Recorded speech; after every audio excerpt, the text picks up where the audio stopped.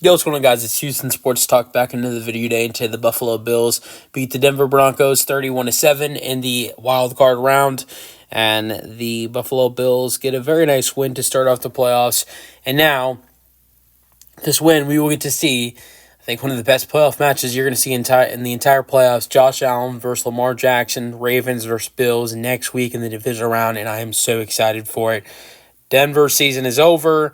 It was an incredible season for Denver. The fact that they went 10-7, made it to the playoffs after what we witnessed the last 8-9 years, not making it into the postseason, and not only that, but no one expecting them to be to this point. Like, Denver drafts a rookie quarterback, gets rid of Russell Wilson, has a completely terrible team besides the good defense.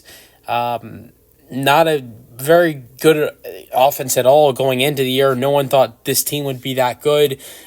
People were expecting them to be in the area of 4 to 6 wins. I thought with the defense they could maybe reach 7 or 8, but I sure didn't think they'd be in the playoffs at 10-7. So great season for Denver, but they're just not a match for Buffalo in the playoffs, and especially in Buffalo. I think maybe these two teams would have a little bit of a closer game if they're playing in Denver. But playoff football in Buffalo, in the cold, just now. And I know Denver plays in the cold already a lot since Denver is so cold. But, at the same time, just not a good one here. But they started off great. We're going to go to the scoring summary. Bo Nix threw a 43-yard touchdown pass to Troy Franklin.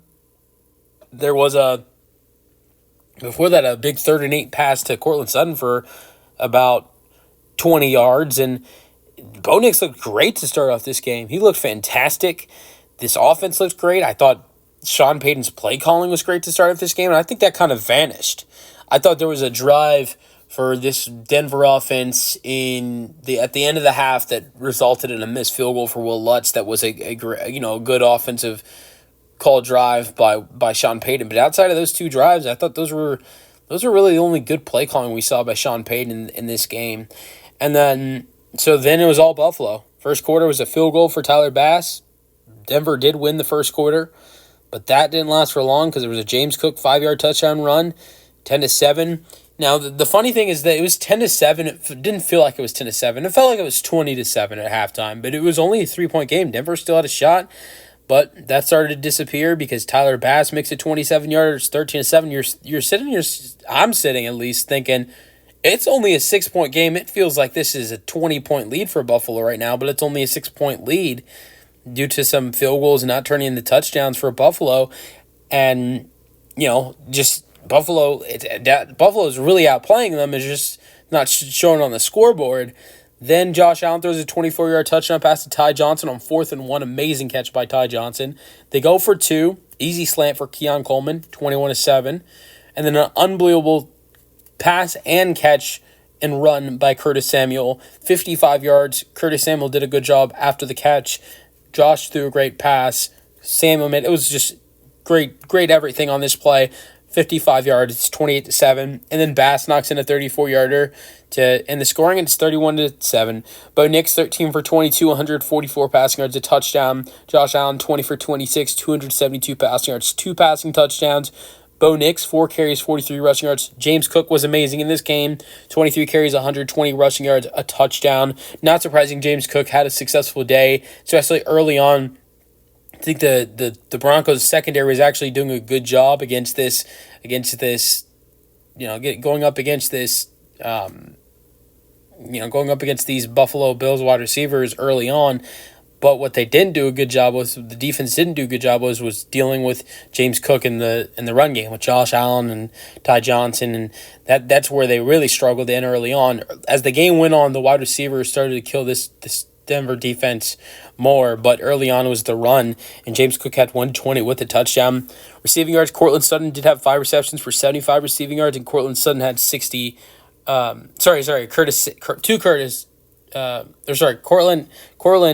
the 75, Curtis Samuel, 68 receiving yards. 2 initials of CS. All right, let's go to some other stats. We did see a little bit of Mitch Trubisky in this game, but he didn't actually throw the ball at all. Riley Dixon, punter, completed a pass on a fake punt for 15 yards. Kind of reminds you a little bit of the Super Bowl 42 with the Saints starting off their halftime with a unexpected onside kick. Now can't really do that anymore though, and this was unexpected, but it's a little bit different, Riley. But that did work with Marvin Mims, and funny enough, right after Denver's 3-and-out after that, Riley Dixon and Marvin Mims connected again. This time a little bit different on the punt. Riley Dixon pinned them at the 1, and Marvin Mims caught it to pin them at the 1. That was interesting. So one play there, he's throwing the ball to him for the fake punt, and then you got the actual punt a couple of plays later, and Marvin Mims grabs the ball to pin Buffalo at the 1, which I think Buffalo still scored on that drive, if I'm not mistaken. All right, Bo Nix did lead them in rushing yards with 43. Javonte Williams and the rest of this running game was really bad today. Javonte had 7 carries for 29 rushing yards. What Buffalo really did a good job was keeping the ball away from Denver. So, I mean, Josh had 8 carries. Cook had 23 and 9 for Ty Johnson. 4 other carries between Mitch Trubisky and, well, those are just knees. But Ray Davis had a carry. Josh Allen had 26 passes. So Buffalo, I think the main thing you can say they killed them in this game was time of possession. All right, Curtis Samuel went over him. Khalil Shakir had 6 receptions for 61 receiving yards. Dalton Kincaid had 3 and 47. 2 for Dawson Knox, or 2 receptions for 38 receiving yards for Knox. Ty Johnson had 2 with 26 yards and a touchdown. Outside of Cortland Sutton, Troy Franklin had 2 receptions for 54 receiving yards and a touchdown, and that was pretty much it. No fumbles in this game. PJ Lucky had 10 tackles and no tackles for loss, no sacks. Only 2 sacks for this Denver defense, 1 for Zach Allen, 1 for DJ Jones. 3 tackles for loss, obviously the DJ Jones and Zach Allen. Zach Allen had 2 of their 3, and that was it.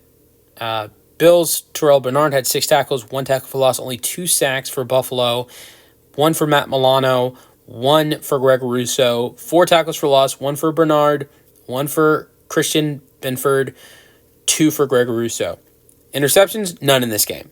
So yeah, let me know your thoughts on the 31-7 win for Buffalo. This is a video. Hope you guys enjoyed, and peace out.